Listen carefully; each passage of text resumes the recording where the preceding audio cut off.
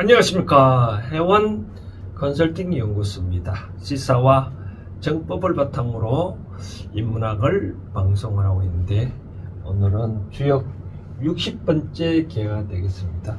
60번째 개를 보니까 요게는 육감수 수고요. 요거는 택이네요. 그쵸? 택. 수택이다. 위는 물이고 아래는 이 호수인데, 연못, 호수. 요 연못 속에 물이 있네요. 그쵸? 물이 있다. 이 물은 이 흘러가잖아요. 그쵸? 우리가 흘러가 버리고 나면 바다로 가는데, 흘러가는 물은 어떻게 보면 사람들이 사용을 잘 못하잖아요. 그쵸? 뭔가 모르게 이렇게 호수에 가둬놓아야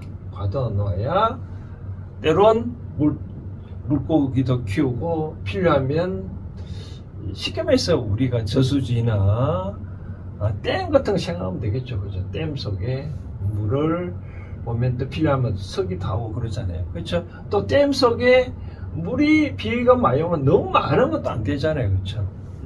그래서 이 댐 속에, 호수 속에, 연못 속에 물이 적절하게 잘 관리를 해야 된다라고 해서, 적절하게 잘 관리해야 된다 해서 이걸 수택, 그냥 절개다라고 얘기를 합니다. 절개. 우리가 이 절크면 뭐라고 생각나나요? 절제와 절도란 말이 생각나잖아요. 그렇죠? 절제와 절도. 우리가 어떤 행동을 하더라도 절도 있는 행동을 해야 되고, 또 어떻게 행동할 때는 자기 행동이 너무 지나치거나 모자란 거를, 행동을 절제를 해야 된다라고 하잖아요. 그렇죠? 요 60번째 개는 지난번에 59번째 도전기에서 나왔는데요. 요 똑같이 밑에서 요렇게 그려지잖아요. 그렇죠? 요렇게. 요거는 수고, 이제 요거는 요렇게 올라가고,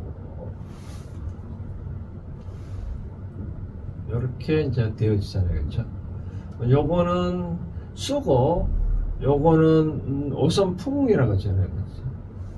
함께라고 얘기를 했는데요. 함께다라고. 판은 흩어진다고 얘기를 했잖아요. 그렇죠? 여기서는 이제 도전기인데, 이제 괴의 순서를 봤을 때, 너무 이제 58번째 너무 기쁘다 보면 정신이 몽롱해가지고 흩어지잖아요. 그죠? 흩어지다 보면 뭔가 모르게, 지난번에 얘기 흩어지면 뭔가 모르게 다시 또 절제 있는 행동으로 돌아서잖아요. 그죠? 그래서 이제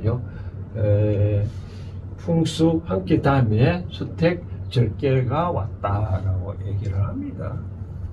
자, 괴의 형상도 설명했고, 괴의 순서도 설명했고, 그 다음에 괴의 이름을, 괴사 부분, 이 괴사를 어떻게 이제 설명을 해놨냐면, 주의 문항은 저런 형통하다고 얘기를 했네요. 여전히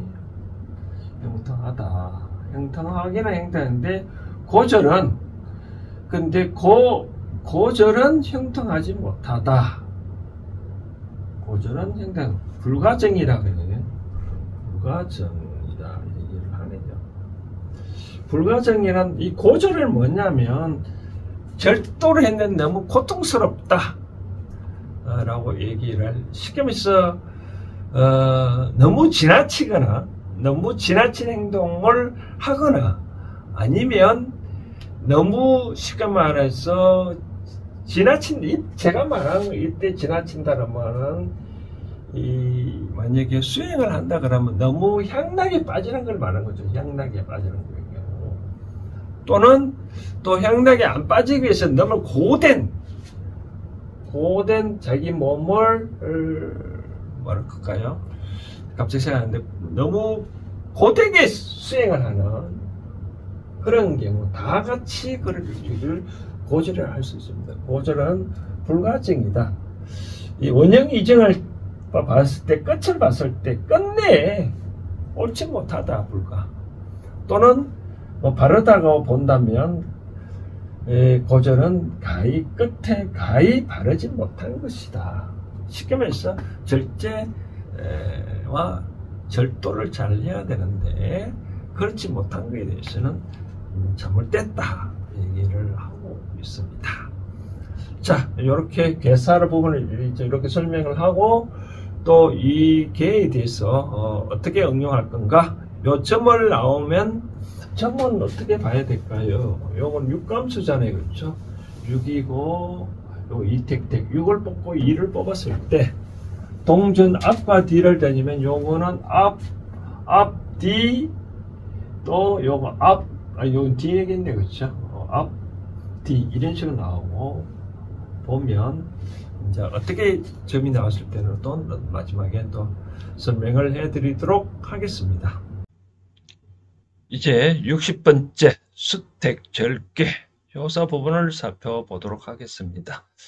효는 이렇게 생겼고요. 이에 대한 설명, 효사는 이렇습니다. 먼저 초구, 양이 왔네요. 오래간만에 양이 왔네요. 그래서 초구라고 불출호정 무구라고 하네요. 호정을 나아가지 않냐면 무구, 건물이 없다고 하는데 호정이 뭐냐면 한번 집을 그려 보겠습니다. 이렇게 옛날 집같이 이렇게 대문이 있고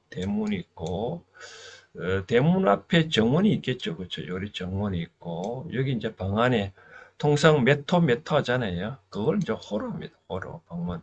방문을 열고 나가면 정원이 있고 정원을 지나면 대문이 있습니다. 그래서 요까지를 호정이라 하고 요까지를 문정이라 합니다. 문정.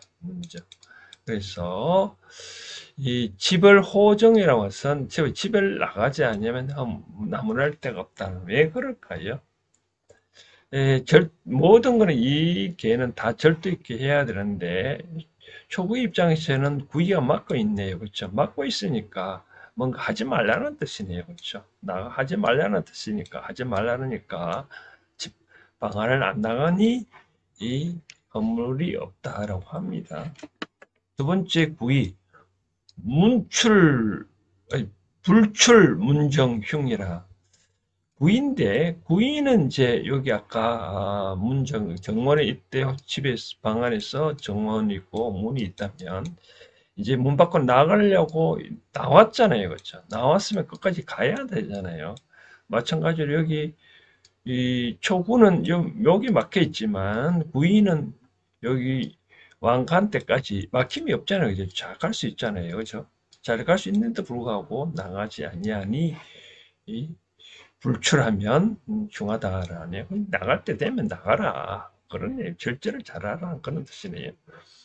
그 다음 불절약 만약 절하지 아니하면 63 얘기인데 63은 자리가 양자리인데 음이 왔네요. 그렇죠? 음이 왔기 때문에 뭔가 모르게 자리가 불안정한데 절하지 않냐면 즉 차고 탄식할 차 탄식이 나오겠네요. 그렇지만 무구 허물이 없다는 뜻이 아니라 허물할 때 나무랄 데가 없네요. 왜? 네가 양자리에 양이 와 있는데 음이 왔으니까 제자리를 못 찾아갔네요. 그렇죠? 제대로 절제를 못했네요. 그랬으니까 누구를 나무랄 때 이겠습니까? 자기 자신을 나무라야 되겠죠. 그래서 무구라고 했습니다. 무구가 다 허물이 없다는 뜻이 아니라 곧 그것에 맞게끔 해석을 해야 된다라고 생각되어집니다. 그 다음 64는 안절이고 형이라 하네요. 64전에는 음이 음자리에 바로 왔고 음이 또 초구하고 응이 잘 되네요. 그렇죠? 바로 이웃의 왕하고도 잘 자리가 맞다.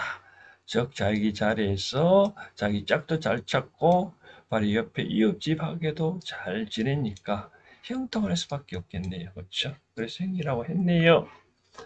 9호 갑절이네요. 감절 달감자 절을 했는데 왜 갑니까요? 여기가 가운데고 자리가 양자리고 또 중을 얻었기 때문에 중은 음행오행상으로 토잖아요. 그죠? 토는 단다는 뜻입니다. 그래서 갑절이고 그러니까 길할 수밖에 없죠. 왕, 그 상태에서 간이 숭상한다. 즉 왕이 대통령이 리더자가 정치를 하는 데서 중도로 입장해서 정치를 행하니 항상 숭상할 수밖에 없죠. 그래서 왕유상이라 하네요. 그 다음 상륙을 보니까 자리는 음절인데 음이 왔네요. 그렇지만 너무나 중도에서 벗어났기 때문에 고절이라는 옛날 설고자, 결올고자네요. 그렇죠? 절제를 못하니까 그 상태에서 정흉이라는, 정은 바르다는 정보다는 곧다, 고집부린다는, 그 상태에서 계속 강하면 흉하다고 하고, 회는 그 뉘우치면 그런 고통이, 흉이 없다라고 합니다. 쉽게 말해서 내가 절제를 못하고 다시 뉘우쳐서 절제를 잘 한다면 이제 그러한 그 흉앙이 없다라고 표사 부분은 설명하고 있습니다. 표사 부분을 잘 살펴보셨나요? 잘 이해가 되셨나요? 다시 이제 효 부분에 대해서 좀 설명해 드린다면, 이 절개는 보면, 절개면 음과 양을 동시에 잘 가졌잖아요. 그래서 양 3개, 음 3개, 음과 양이 잘 나눠져 있고, 원래 여기 수택 절개는 어디서 왔냐면 이께서 왔겠죠. 그렇죠? 이렇게 요거는 지, 요거 그 다음은 천,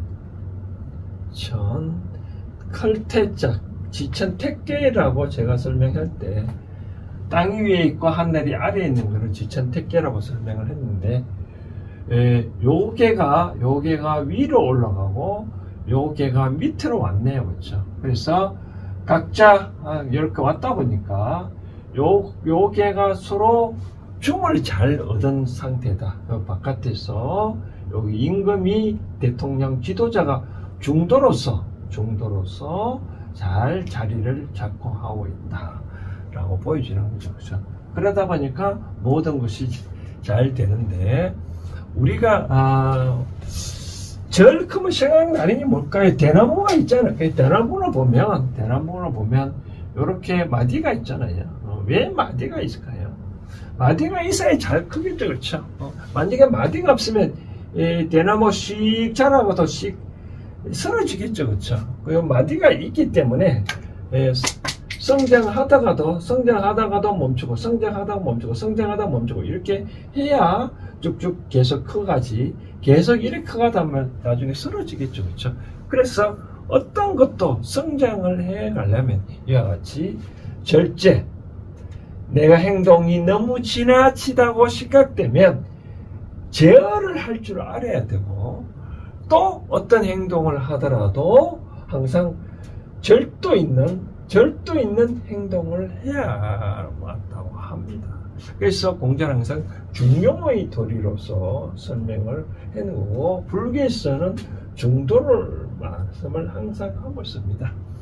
어떠한 것도 지나치면, 부처님은 과거에 수행을 할 때 너무 고행을 빠졌다가도, 내가 깨달음을 얻기 위해서 너무 고행을 한 거죠. 아까 너무 고행을 한 거를 고절이라고 말씀드렸잖아요. 그렇죠?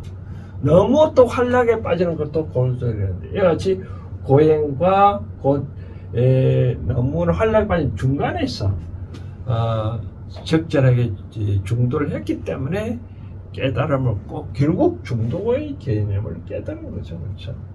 그래서 여러분들도 일상생활에서 너무나 지나치고, 또 너무나 또 예를 들어서 이것이 뭐 하나만 따지면, 만약에 돈 쓰는 걸 따질 때 너무나